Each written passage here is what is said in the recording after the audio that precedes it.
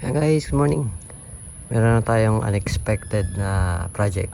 Yung project natin ngayon guys ay ito. Sementohan natin to. Ayan. Tsaka yung dito ni Mrs. Ito. Ayan, ito. Pati doon sa palibot niya. Ayan o. Kasi yan o. Ano lang yan guys. Hollow blocks, pinagpatungan niya halaman. Ayan, may mga butas. So, tuwan-tuwa yung mga palaka guys, tsaka mga insekto. Meron silang apartment. Diba? So, ayusin natin yan guys. Pati dito. Yan, si Daddy, magpo-flooring daw siya niyan. Ay, hindi ko alam kung anong gagawin niya dyan. Tinatanggalan niya ng lupa.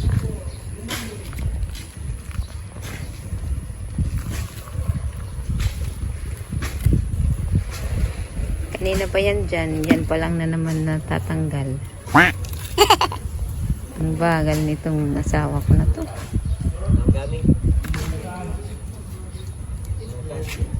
Ayun, pagagandahin niya yung patungan ko ng tanim. Doon. Hindi, saan yung kamay ko? Doon.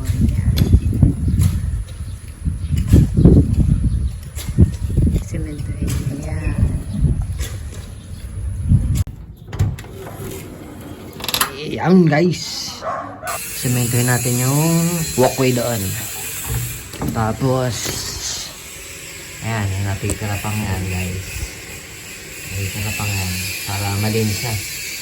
Para hindi na pagbahayan ng mga insekto, mga palaka. Ayan.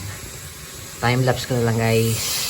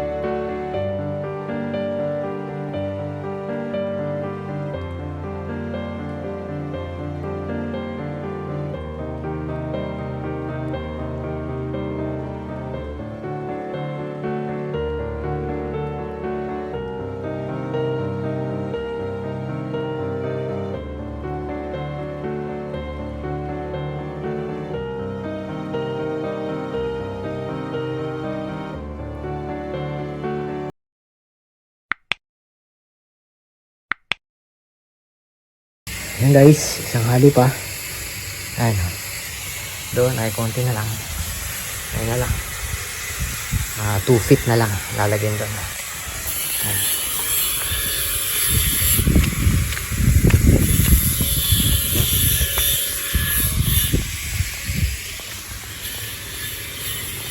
Tapos dito hindi ko alam kung kaya pang malagyan yan. Ang halo na to.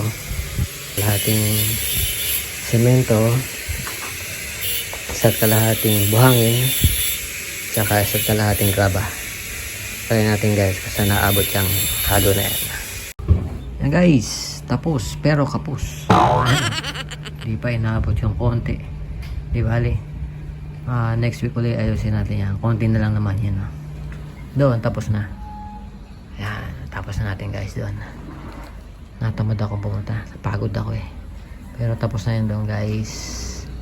Susunod natin yung poster yan. Kanto. Hindi na tayo mag-gate. Yan. Lagyan natin ang poster dyan. GI pipe na lang. Tsaka sa kantong yon. Yan. Mga 8 feet siguro. Yan. Tapos lagyan natin ng net. Yan. Lagyan natin ng net. Ganyan. Para pag-agara yung sasakyan natin eh, hindi mainitan. Yan. Ayan guys, tapos na natin yung project natin. Ayan, at least malinis na, hindi na dadamuhin guys. Ayan. Ayan guys, ngayon po ay magpapakabit tayo ng split type inverter. Ayan, papakabit po natin yan dito sa ating kwarto. Mamaya po darating yung mag-i-install yan.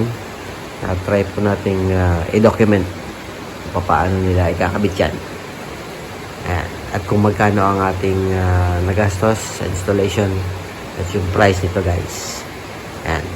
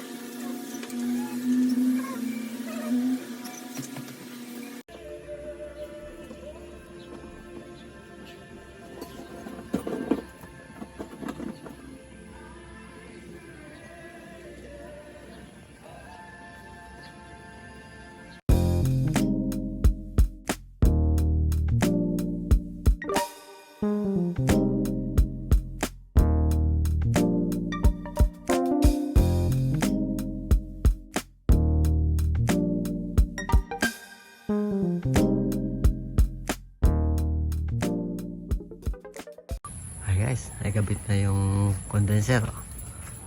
Ayan. Binutos nila doon. Ayan, yan. Tapos papatch na lang natin yan. Tapos ating aging waterproofing. Ayan, medyo lumabas ng konti. Ayan.